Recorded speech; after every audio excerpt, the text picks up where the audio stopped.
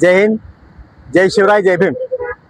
भूम येथे कालपासनं संपूर्ण सोशल मीडियावर छत्रपती शिवाजी महाराज आणि विश्वरत्न डॉक्टर बाबासाहेब आंबेडकर यांचे पुतळे आमोरासमोर लावल्यामुळे तणाव निर्माण झाला असं सोशल मीडियावर दाखवण्यात येतं. मात्र छत्रपती शिवाजी महाराज आणि विश्वरत्न डॉक्टर बाबासाहेब आंबेडकर हे जगामध्ये देशामध्ये दोन्ही आदर्श नेते आहेत. त्यांचे पुतळे एकासमोर काय अडचण आहे? हा दोघांचाही आदर्श लोकांनी घेतला पाहिजे, कारण या दोघांचं काम हे समाजासाठी अत्यंत महत्त्वाचं काम होतं. हा दोघांनी अनेक हाल अपेक्षा सोसलेत.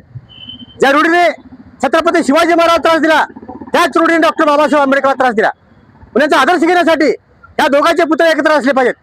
भूमची घटना ही तणावाची नाहीच. कुणीतरी 4-2 लोक तणाव निर्माण करायचं काम करतायत. मात्र छत्रपती शिवाजी महाराज आणि विश्वरत्न बाबासाहेब आंबेडकर हे आमच्या हृदयाचे रत्न आहेत.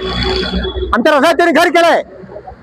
12 बौद्ध घर केलंय, 18 पट जातीमध्ये त्यांनी घर केलंय.